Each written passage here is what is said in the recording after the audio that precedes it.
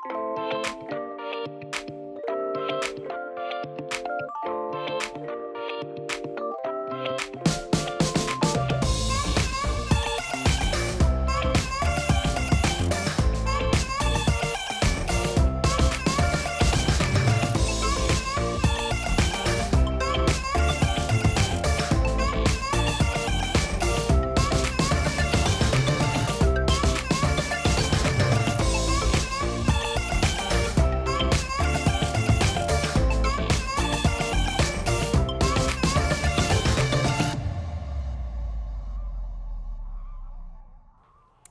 I'm Pandora with Portland Makers, and I'm here with a couple of jewelry artists from Artistic Portland, of which I'm a member of. It's a artist co-op and a gift shop downtown. So we have Susan and Leslie. Susan, what style of jewelry do you make? I focus most of my work in silver, and some of it I hand forge, and some of it I go through a lost wax casting process. So I have two different sample styles that I can show you, and it's all very therapeutic. I enjoy working with silver, a bit of gold, but silver is friendlier to me. What's friendlier about it? The price. Oh! $16 a troy ounce as opposed to $1,300 a troy ounce makes a big difference in my approach and how I use it. More to play with then. Yes, definitely. Yeah. And we have to think if it's ever going to be sold, the affordability aspect of it. So. And do you consider yourself a metalsmith? That's what I try to do. Okay. That's my ambition. Mm-hmm. Yes. Yeah. What style do you do? I actually work in two mediums. I work in Japanese silver leaf, and it's produced in Kanazawa, Japan. And I learned how to do it from a woman that lived here in Portland. There's Japanese, Momokoa. And then the second style that I work in is fused gold on steel. And I learned how to do that from a fabulous artist in Portland, Bette Barnett. And she taught me the method of fusing high carat gold on steel using very high temperatures. So one's a gilding process and one's a super high temperature process. Can I see some of them? Sure. If Show you look me over here. One of each. Then. Okay. This right here would be the fused gold on steel. Are you able to take it out of the box at all? I certainly can. So this is fused gold on steel. Mm-hmm. That's nice. Oh. It's got a lot of colors in there. I'm seeing copper in there. There is kind of a copper tendency that comes through when you fuse gold on steel, but it's not actual. I didn't put a copper alloy in there. It's just in the gold. And then this would be a second example. This is actually Japanese silver leaf, and it's on a base of copper. So this is a gilding process where that is working with high temperatures on a torch. I see. Okay. Yeah, there's a lot of difference there. And what's this cross hatching over the top? That's here? actually gold. It's a high carat gold in Japan that they put on really thin pieces of thread. So that's the product that I purchased from Kanazawa, Japan, and then gilded onto a piece like this. Oh my goodness. That's the way to show that. There you go. Mm-hmm. And the little jars that you have? Those are actually examples of the Japanese silver leaf that I use. So you can see it's fine silver. It's very, very thin. And this tool that I'm going to use right now is called, I call it the snow tool, which technically it's a piece of bamboo. I'm not sure what the technical name is for it in Japanese, but let me just show you a little bit of the gilding process.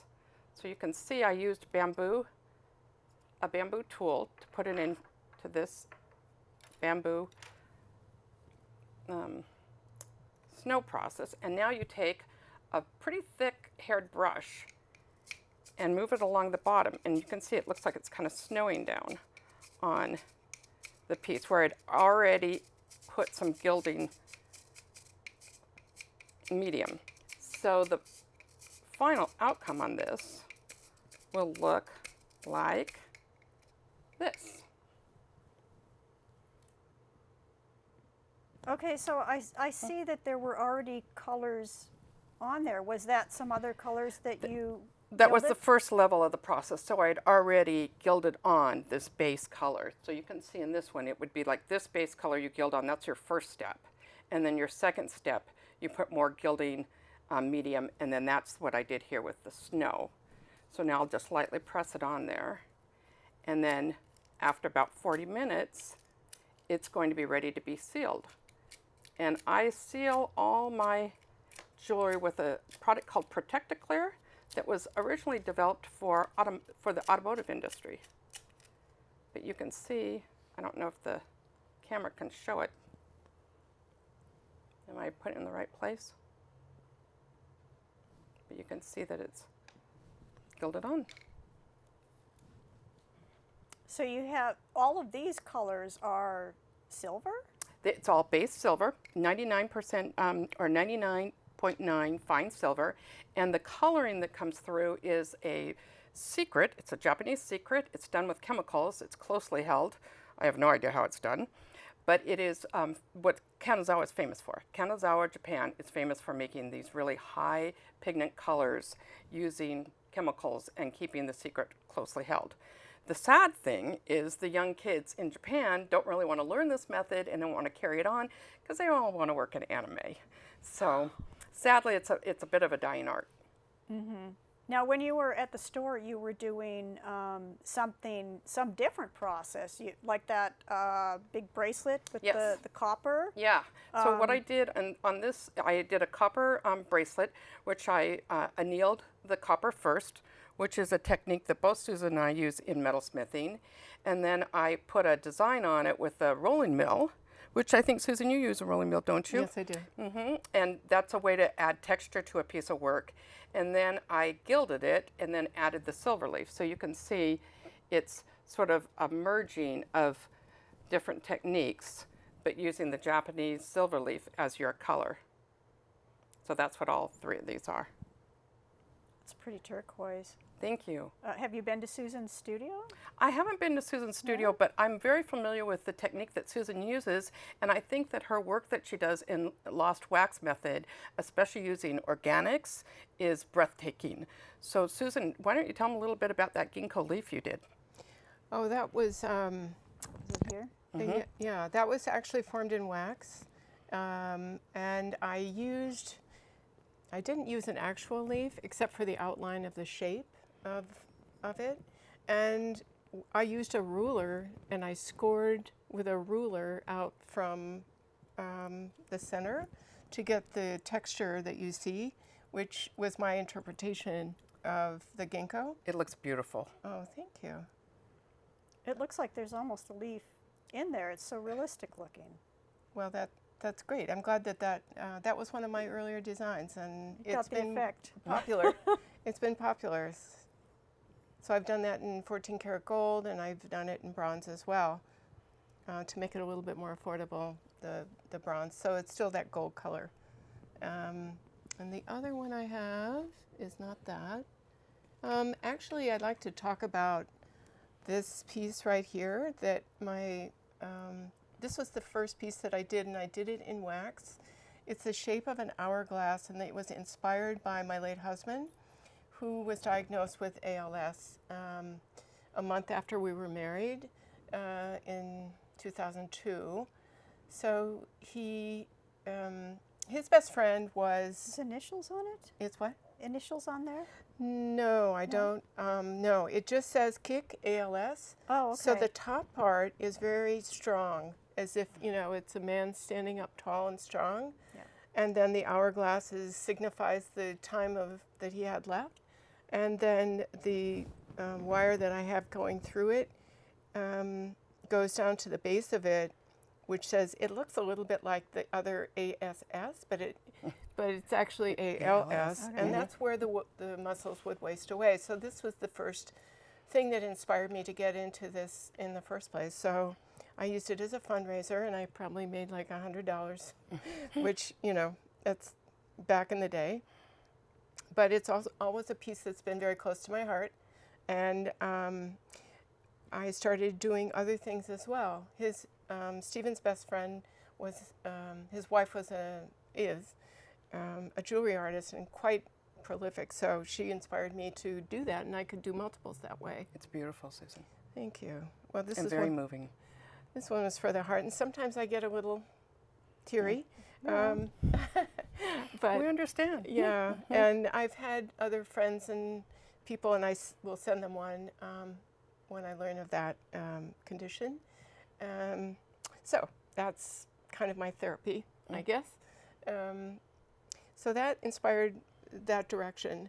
But then I also enjoy playing with I took some metalsmithing classes and started playing with a torch and a hammer. So I have a few of those tools out there that I like to play with. I've taken classes, yes, chain nose pliers. It's just a chasing hammer for whacking. Hammer. Yes, doot doot. And I've done a bit of whacking here. I got inspired by. I'm told that this reminds some people of the Game of Thrones. Ooh, this part's heavy. Yes, this is one of my very favorite tools. It's Does this have to do with this? Or yes, am I making jewelry now? yes, yes. We're really you close, become a Pandora. I'm metalsmith. giving those to you. Yes, actually, I take wire, which I've got just plain wire, 14 gauge wire, and depending on the size, these all have increments of size, and it runs from 1 to 15. So This is the fine, wire here? This is fine silver wire. I wrap it around the size that I'm looking to create. I make a little mark in, you can really barely see, in black, and then I snip it with my trusty cutters. Snip, snip, snip. And then I put it on a, This is the mark maker. yes, that's a mark, yes, my marker. So I'll snip those and I will put it on a ceramic brick and I will fuse them together. And put that back. Yeah, thank you. I'll put that back, thank you. And that's where I come up with these little rings that have been kind of Oh. popular. Okay. Yeah, it comes out here. Stacker And ring. this is what you have on these rings. Yes, the these- stacker. Yes, yes. It Basically, sort of looks like this, though, exactly. which This looks is, kind of familiar. yeah, those are bit. ovals. The one that you're wearing is the oval shape. But I guess there's a theme there. There is a theme. Now So mine's these a are little all bit fused tarnished. together. Yes, Isn't yes. it? Now this the Wright Silver Cleaner, you know, a little ad for Wright Silver Cleaner, but that's a traditional cleaner that I always recommend people use as opposed to the dip. Don't dip, please. I really like the coloration of the tarnish. Awesome, I awesome. hope that's not bad. No, it's It would be awesome. like having the coloration that you're putting on. It's Sort a of. beautiful Well, patina. yeah. Well, as silver this is fine silver as opposed to sterling silver. So this is my latest piece off the bench, which is all, which the base of it, it's a lapis lazuli stone, and it's wrapped in fine silver bezel and backplate. But it also, then it has a sterling silver chain. And also, there's a little party in the back, a little heart that I stuck on. Oh, sweet. I love when somebody does something on the back that's kind of a Little surprise. surprise. Yeah, a little surprise.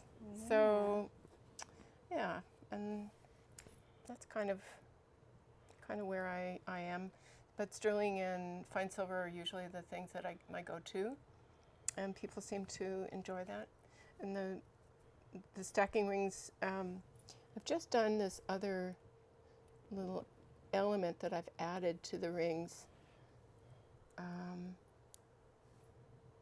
It can be worn with them or without, but this is a little web. A little Oh, spider web. Yeah, Okay. a spider web. It won't bite you. And where's the other one? Oh He's yeah, right here it here, is. Susan. Here it is. This is Quite my black delicate widow. for spider web. Yeah. Oh, I get the spider too. You get the Okay. spider. Not sure I like that combination. It's kind of scary. Actually, he is really cute. The spider. And here's a little ladybug. Okay, well, that's, we like those out in the garden. Oh, Oh, yeah. yes. That's Yeah, the adorable. spider's great. I love Little him. tiny. Mm-hmm. So these are done with shot plates, which is where you melt a little piece of metal and you whack it into a form. And then I soldered it onto a little back plate and soldered it onto the ring. And it came out like that. Looks great, Susan. Thank you. So I thought there was a little theme there, a little buggy theme. Yeah, buggy theme. A little buggy theme. I get into those buggy themes sometimes, Yes. being a gardener. Now this has some other, are these crystals then? No, those are blue topaz. Oh, So yeah, they're faceted. And I wanted to incorporate a little bit more color because silver is fun and it's interesting, but it also, I just wanted to kind of spice things up a little bit. So I came up with this design that incorporates the shapes, triangular shapes and then connected. And the rest of the chain is sterling and everything else is fine silver. So that was fun to do. very nice. And then this little guy? That is this little guy is my big guy. Mm-hmm. It's Oh. called a big shot, Yeah. and it'll go up to about I think it'll go up to 2,400 degrees. So That's hot. it's hot. Yeah, it's very hot. I also have an acetylene air torch at home, but I'm still a little bit afraid of it. So it's out in the garage. I'll get to it. I'll get to it.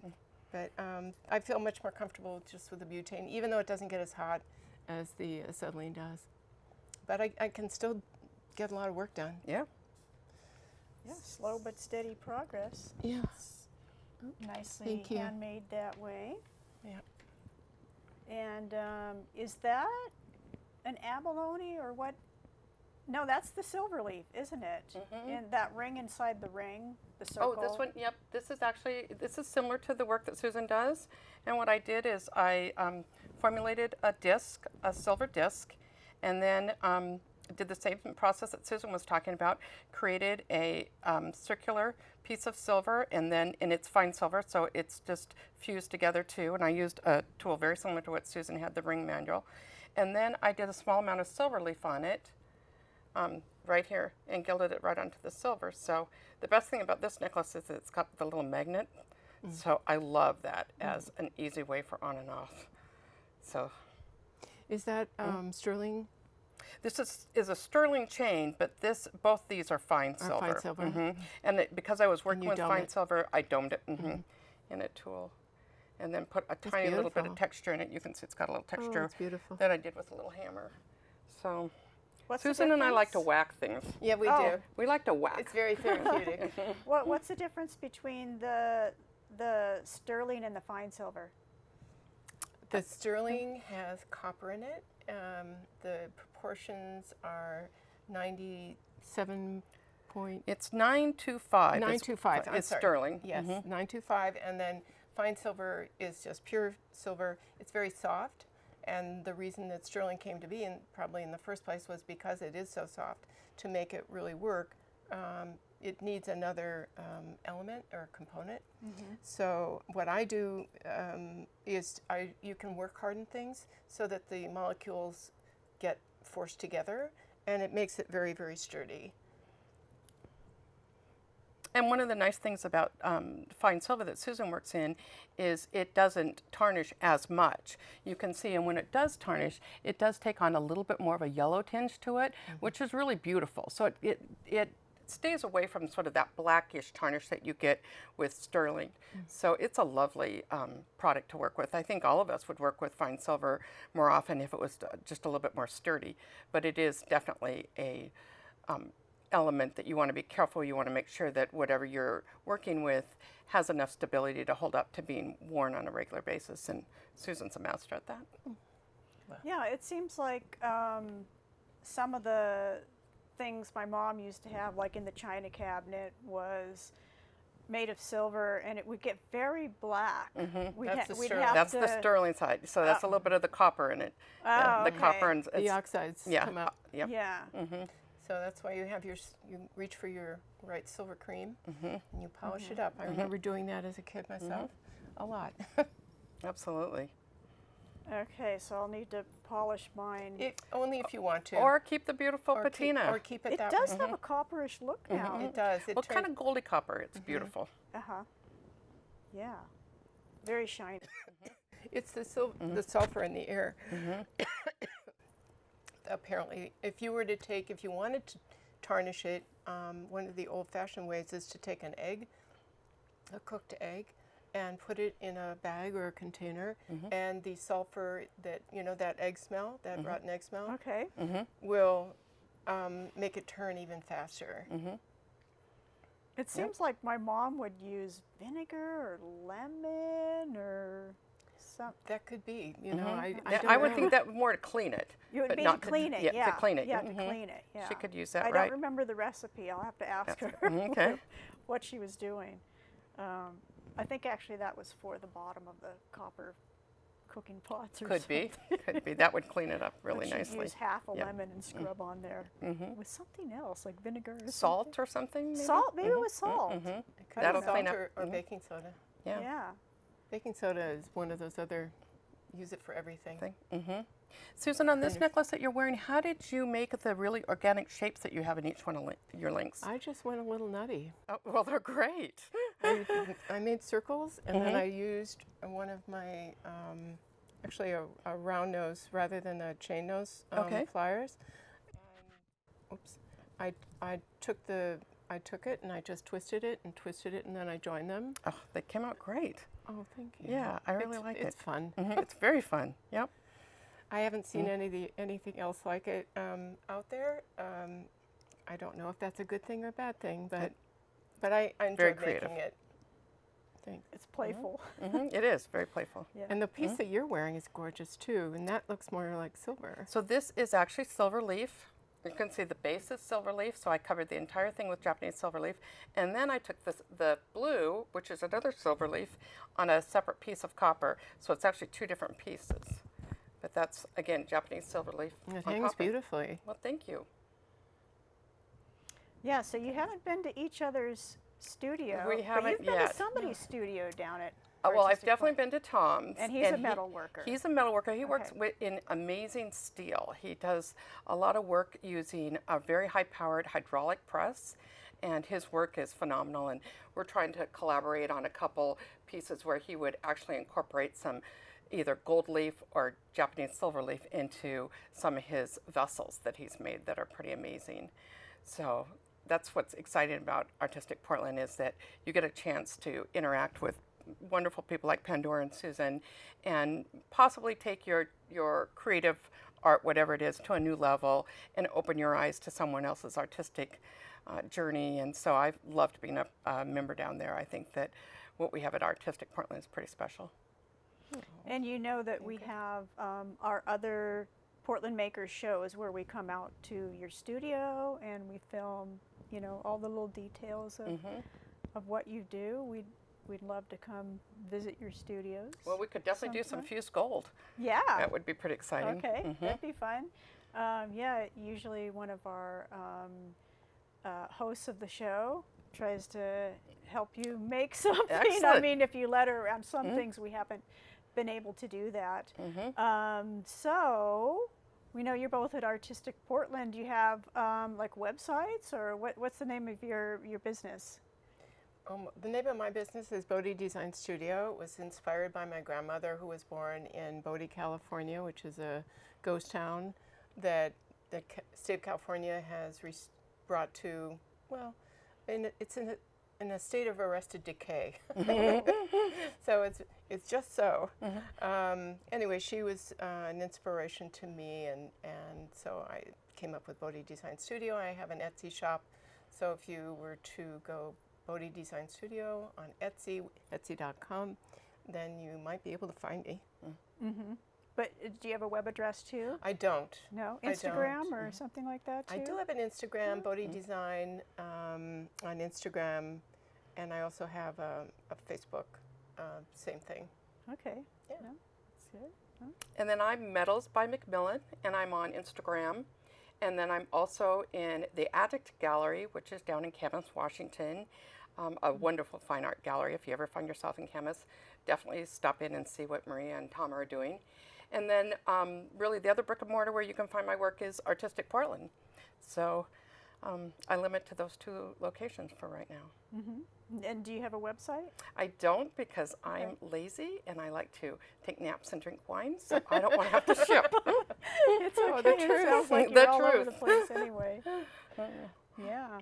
Well, we're really happy that you've joined Artistic Portland. You've been a wonderful addition, Well, thank and you. your skills are amazing in all directions. You're so Oh, lively to work with down there. I might be a bit much for some people. It's very entertaining. Yeah. So, anything else you want to show us here? We have a couple more minutes left. I'm trying to think of. No. What are these little? Oh, those are just more tools that I use with the silver leaf. The leaf itself, as you can see when I put it into this tool, it's very, very thin. So you want to use things like bamboo to lift it. It also comes in a sheet, so in a sheet form, just about a 5x5 sheet form. So these tools are really important to pulling it off the sheets. Do you cut it up into little bits? These ones I actually purchased in Kanazawa that came in these small pieces. But when I'm using a sheet form, that's usually what I would use to do something like this, where I wanted to cover an entire piece, which is a little bit more of the traditional Japanese style. If you're in Kanazawa, Japan, and you see silver leaf gilded to things, you'll see more of this style where it's a complete piece. This sort of broken up method that looks a little bit mosaic-y that I do sort of is my own little creation. I kind of came up with this, and I have to tell you, at first, my Japanese teachers weren't real excited about it because I was sort of breaking with tradition, but now they're really enthusiastic about it and keep telling me, keep doing new things and teach us how to do it too. So It's nice when the masters get new information Yeah. and can look at things a little differently. I'm still in awe of their traditional work, though. Japanese traditional metalsmithing work is really beautiful. If you ever get a chance to go to Japan and see any of it, I highly recommend it. Plus, the sushi's great. That's so nice that you studied there. Well, thank you both for being on Portland Makers today. Thank you for and having us over. It's We'll been have fun. to come and visit you at your studio. Oh, Thank that'd you. be great. Thanks.